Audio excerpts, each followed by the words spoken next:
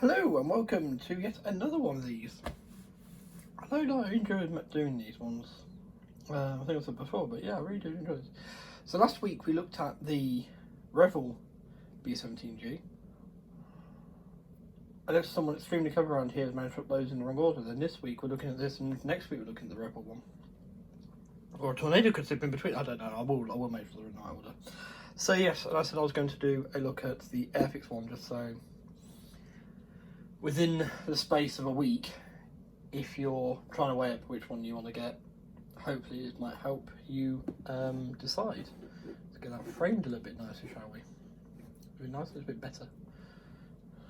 The English has got no better. Anyway, I didn't comment on the box art of the Revel one, but it's a very nice image, nice painted one. This one is this CGI. I'm still not a fan of this.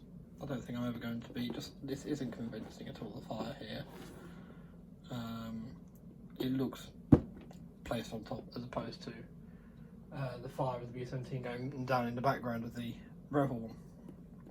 Anyway, you go and check the video out because it's only 1 minute 15 into this one. So without much further ado, we're just going to get this opened up and go through it in the same way. Now this has literally just been unsealed. So yes, you'll see the transfers are here in this one. There's our big bag of parts. Remembering this is a younger kit than the Revel one. Everything in one big bag there. But the box is sturdier at least. He says, bending this up. So officially licensed by Boeing. Pretty cool, pretty cool. Let's move that out of the way entirely. So place on the ground here. So you get your information in 3 different languages, the stats and everything for the top trumps flying. 5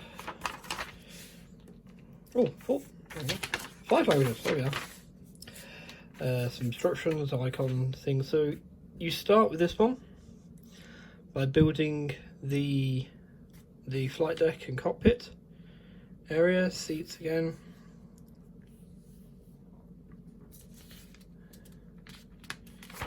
Oh, that's not a good start. Let's stick to those. But yes, here are the 2 different markings here. You've got Skyway Chariot and Matadale. But we'll put those to one side for a minute. We'll come back to them. We'll go through the instruction sheet now. So, this has got transfers.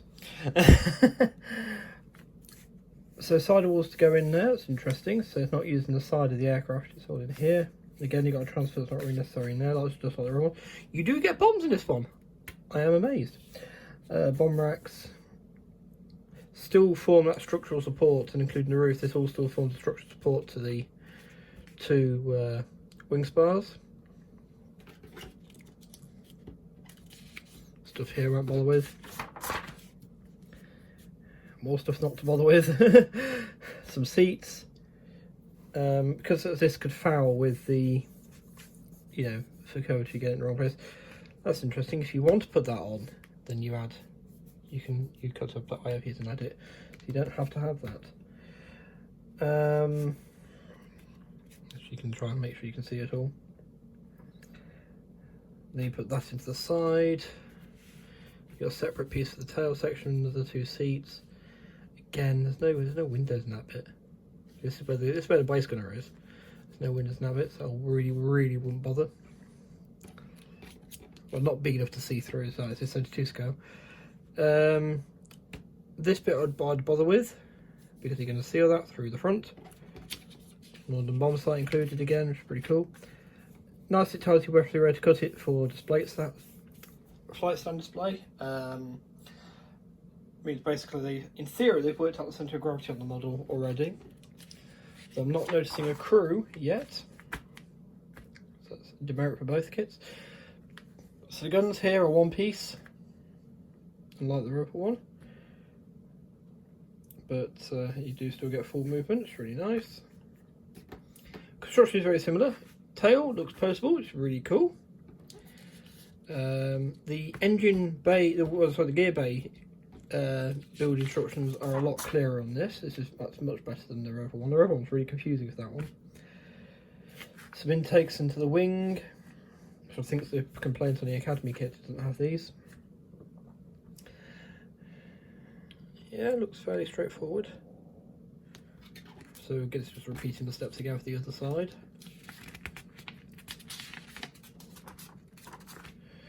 These instruction sheets using the CG stuff, this way it comes into its own, because you're looking at the actual CAD for the model and seeing the actual parts, how they should look, as opposed to the Rebel where it's all drawn. Very, very skillfully drawn, I will add. It's a dark art, I reckon, that drawing those, but this is where the CG does come to its own. So maybe let's swap over. let's have well, not swap over, but let's have some drawn box arts again and just keep the CG here. Yeah, where Revel, I said swap over, where Revel does the drawing instructions, take those drawings and make it into the Airfix box arts, and then Airfix box art CG can become the Revel instructions. That makes sense, you know what I mean? Companies can spot what they're doing. So yes, inserting the wing spars into the wings themselves. Tailplane looks posable. Yes, your even gives you the degrees in which they go. The ailerons are posable. That's really nice. You can actually give full flight surface posability, which is nice. Control surface posability. The engines, the exhausts, and everything look about the same detail level as the Revel ones. Well, yeah, they're both aiming for the same place. And the cowling's open or closed. That's nice. That's a nice touch. Tail wheel going in. You do get weighted wheels for this one, so you have wheels up, or there will be wheels down with the weighted wheels as well. So you get two different types of tyre wheel. That's nice. That's nice. This is 2016. The Revel one was 2010. You still have to cut the bomb bay open. That's interesting. You have to do that on both ones. You get a bit more mechanism with this one, looks of it. The guns are full one piece in there, and the trim turret gets added on afterwards. That's interesting. That makes it appear you can't pose the chin turret. That's interesting. Dorsal turret's the same. It's interesting. There's the glazing, and you don't put the clear parts on the nose till the end. This is where I'm planning to do it on the Revel one, basically, after it's all painted. Do it like this, bit like that. So that's interesting. And then adding that if you want to. So one assumes one of the markings doesn't come with that. Propeller's a very nice thing to go on. Very nice. Yeah, that looks good. Right. Now we'll move on to the paint schemes themselves. So, here we are. So let's get scheme A ready, shall we? This is the box art, and this is Boeing B-17G 65BO Flying Fortress, TM, 43-37521 Skyway Chariot of the 351st Bomb Squadron, 100th Bomb Group, so the bloody 100th, yes. 8th Air Force, United States Army Air Force, Royal Air Force, Thorpe Abbott, Norfolk, England in March 1945. So, it doesn't appear to be anything this side of the aircraft. It's an interesting scheme with the green at the front. They say it's light green, you want to use a bit of a lighter green colour like the box art. So I'd use the box art for your reference to that one if I was you. It's got the name on this side, as opposed to the other side of a bomb tally both sides. Quite a number of missions flying by this one. Cool. No Tonga research, just two possible colours, green or blue for the spinners and noseband. We decided to include both for the model to decide. So there we are. Do some bit more research there.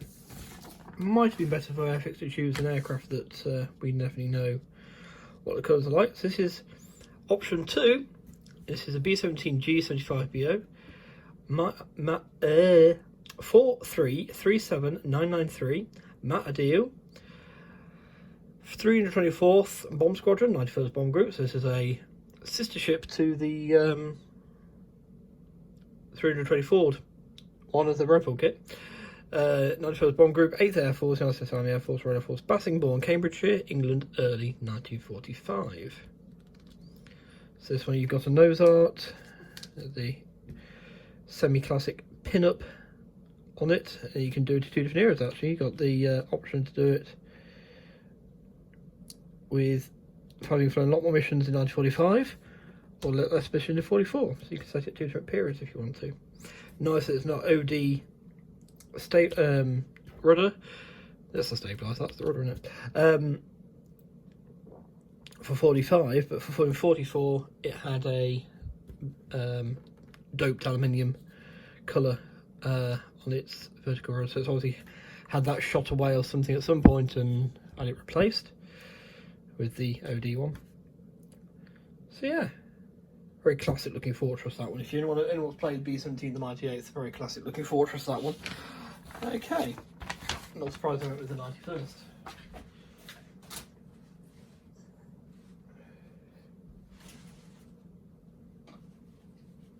Excuse me. Right, so here we are with some transfers. So this is all for Skyway Chariot here, it's Bomb Tallies, there's Mardil, and these are the ones that common. So there's not many stencils included. The sheet I've got is about this, and it's full of stencils for, that's all it is stencils and these 4. So yeah, it'll be interesting to see what included on that one is not included on the rest of it. So a good looky close. Oh, sorry.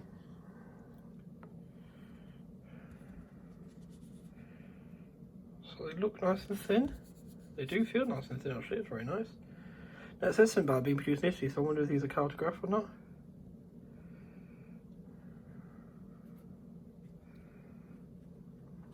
Obviously got the silver on that, the A's there. And we'll go close to the Skyway Chariot first. And then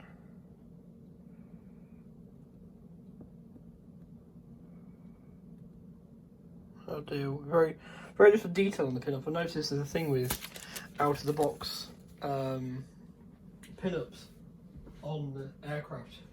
You know, a favoured way of decorating an aeroplane at the time, or even since really as well. It's been done since. And I always think there's plenty of choice if you want to try and keep it quote unquote family friendly. There's plenty of choice of different aircraft names to do, and leave the pin-ups to aftermarket, because they weren't 100% accurate paintings on the originals, but it would be some detail.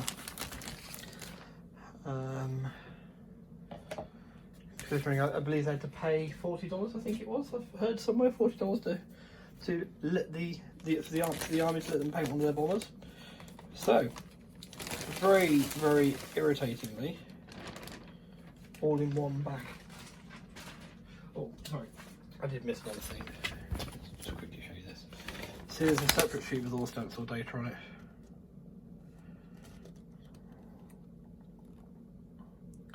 I can understand why people wouldn't want to do pin-ups.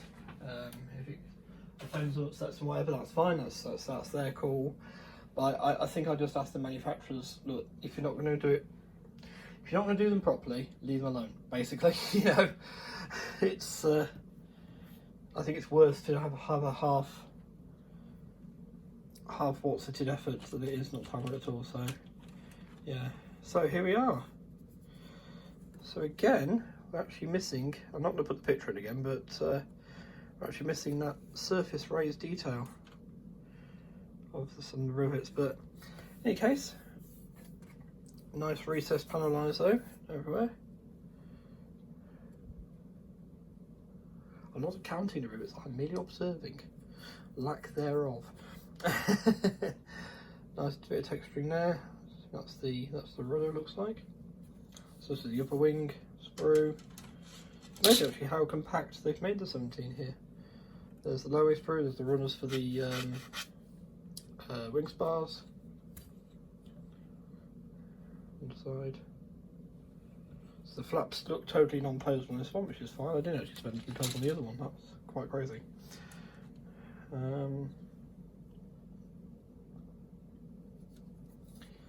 So it's the horizontal stabilizers, and the elevators. There's some ailerons.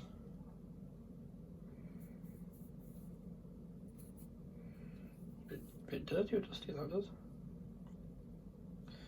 There's the radiators. Bit more detail going on this one, I suppose. Here's the wing spars. That's thicker than the. That's a lot stronger than the Rebel one, in both cases. Bomb doors and various other bits. Some bombs. All the same types, all £500 on this one, as opposed to the £1,000 on the other one.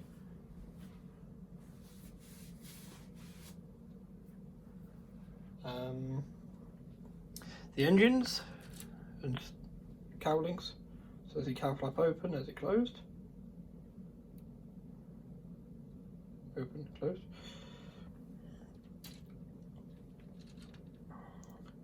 Propellers. Got that radar again should you want it. Different bits there. Exhausts. And so on. Some of your turret stuff, your chin turret, the guns, some of the bulkheads. Now these, if you can add them, they add strength. Obviously a lot of dry fitting needed, but if they can add strength to the aircraft, yeah, absolutely, let's include them. So there's something tailwheel again, I think I just saw on the other one, and there's your 2 sets of undercarriage.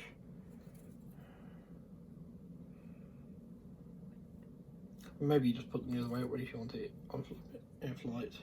But yeah, no crew. That's still the main thing here. You have to get yourself a crew, but obviously with the B-17 you need a full crew if you're going to do it in flight, unless you're doing Sally B or one of the other display aircraft at an air show where it's got minimum crew. So a lot of detail inside there. I would paint this. I think it's worth painting that, because you're definitely going to see it through these and through this hole in the roof here where the runners are going to stick up there. But you will see that. So it's worth painting in there at least. So clear parts look to be quite nice to see through myself, I think. 2 different styles of canopy. You get one Perspex nose in this one. Ball turret there. 2 different styles are closed up, or the one we're just mentioning this as the gun comes out. That looks like a fairing to go at the front if you wanted. That right there, my friends, I would argue this is the fairing to go in place of the chin turret. Pound to a penny, that goes over the fairing, which is why you have to glue the chin turret on. This is for the RAF version, 100 group, Royal Air Force, on command. I reckon that's full. I didn't notice that in the Rebel one, which I do actually still have to hand here. No. The Rebel one doesn't have it. So there's something you get in the Airfix one. That's exactly why I do these, because you can see, oh, hang on a minute. I missed out. Oh no, I missed out on the RAF release of the B-17. You know, damn it. You know. Oh, they do transfers for it, but am I going to get the right bits? You know it comes in the box. You can get the transfers aftermarket. Kits World, the same people I'm actually getting the markings for my Rebel one from. They do markets of the 100 group. So you could even do this as an RAF Flying Fortress, or Fortress. This would be a Fortress 4, I think, rather than Fortress 3, wouldn't it? Because the Fortress 3, I think, was the equivalent to the F model. Yeah, I think. Or was that the E model? Oh no, it's an RAF Fortress. I think it's a 4. I do think it's a 4. But yes, so that is a look in the box of the Airfix one. So hopefully that's helped you make up your mind if you're not sure, if you weren't sure before. Between the two, obviously there's been a week gap.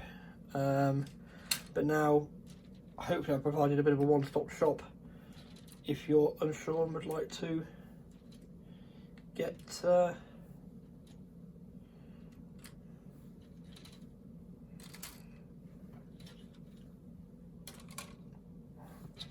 Flying Fortress.